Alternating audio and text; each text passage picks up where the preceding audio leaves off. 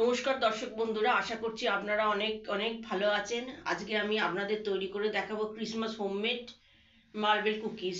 খুবই সিম্পল এবং খুবই সহজ একটি রেসিপি, খুবই অল্প সময়ে ঝটপট তৈরি করে নেওয়া যায়। আশা করছি আমার এই রেসিপিটা আপনাদের ভালো লাগবে। রেসিপি ভালো লাগলে চ্যানেলটিকে সাবস্ক্রাইব করে আমার পাশে থাকবেন। প্রথমে মার্বেল কুকিজ বিস্কুট তৈরির জন্য প্রথমে একটা কাচের বাটিতে 100 গ্রাম বাটার নিয়েছি। এই বাটারটা যেন রুম টেম্পারেচারে থাকে। এবার বাটারটাকে আমি 2-3 মিনিট ধরে হ্যান্ড বিটারের সাহায্যে ফেটিয়ে নিলাম। তারপর এর মধ্যে দিলাম ছোট কাপের 1 কাপ গুঁড়ো চিনি।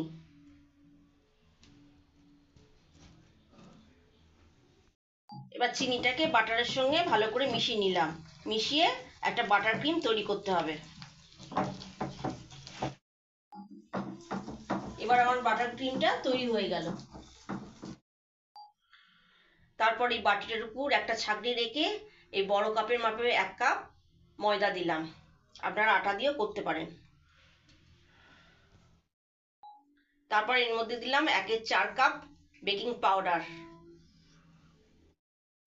তারপর ছাঁকনির সাহায্যে এটাকে ছেঁকে নিলাম।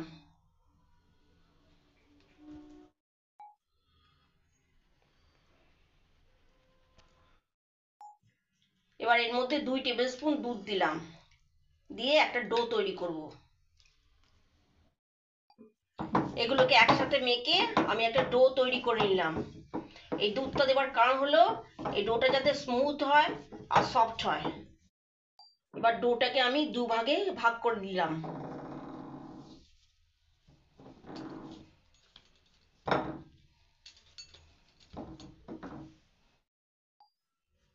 এবার একটা ডোকে আমি আলাদা থালায় রাখলাম। এই ডোটার মধ্যে 1 টেবিল স্পুন কোকো পাউডার দিলাম। তারপর এর মধ্যে 1 টেবিল স্পুন দুধ দিলাম। কোকো পাউডার দিয়ে আমি ডোটাকে মেখে নিলাম। যদি দুধের প্রয়োজন হয় আরো, তাহলে 1 টেবিল স্পুন দুধ দিতে পারেন নরম করার জন্য। আমার এবার চকলেট ডোটা তৈরি হয়ে গেল। এবার আমার দুটো ডো তৈরি হয়ে গেল। এবার আমি কুকিজটা তৈরি করব। এবার কড়ার উপরে আমি একটা স্ট্যান্ড বসিয়ে দিয়েছি। এবার এটা 10 মিনিটের জন্য গরম করতে দেবো। এবার আমি চকলেট ডো আর প্লেন ডো থেকে ছোট ছোট গুলি তৈরি করব। এরকম ভাবে ছোট ছোট গুলি তৈরি করতে হবে। এইরকম লেচি করে ছোট ছোট বল তৈরি করতে হবে। দুটো লেচি থেকে আমি ছোট ছোট বল তৈরি করে নিলাম। এবার একটা থালার মধ্যে 3টে প্লেন বল আর 3টে চকলেট বল সাজিয়ে নিলাম। সাজিয়ে নেবার পর এগুলোকে একসাথে করে নিলাম।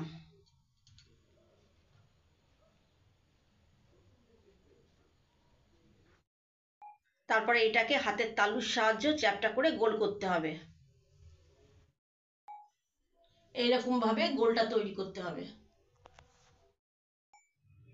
এইরকম ভাবে আমি সবগুলোকে তৈরি করে নেব। এরকম হাতের তালুর সাহায্যে সবগুলোকে তৈরি করে নিতে হবে। এবার একটা থালার মধ্যে একটু তেল বুলিয়ে নিলাম, সাদা তেল। এবার এগুলো আমার রেডি হয়ে গেছে। এবার এই থালাটার মধ্যে গ্যাপ গ্যাপ করে সাজিয়ে নেব, যাতে একটার সঙ্গে একটা লেগে না যায়। প্যানটা এবার গরম হয়ে গেছে। এবার থালাটা এই প্যানটার উপর বসিয়ে দিলাম। তারপর ঢাকনাটা এর উপরে দিয়ে দিলাম। এটা একদম লো ফ্লেমে করতে হবে।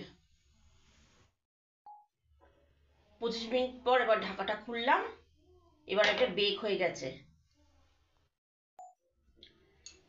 এই নিচটা এরকম গোল্ডেন ব্রাউন কালার হয়ে গেলেই বুঝতে পারবেন কুকিজটা বেক হয়ে গেছে। গরম অবস্থায় এটা বেশি নাড়াচাড়া করবেন না, ঠান্ডা হয়ে গেলে এটা ক্রিস্পি হয়ে যাবে। এটা ঠান্ডা হয়ে গেলে প্লাস্টিক জারের মধ্যে রেখে দিলে বহুদিন ধরে সংরক্ষণ থাকবে।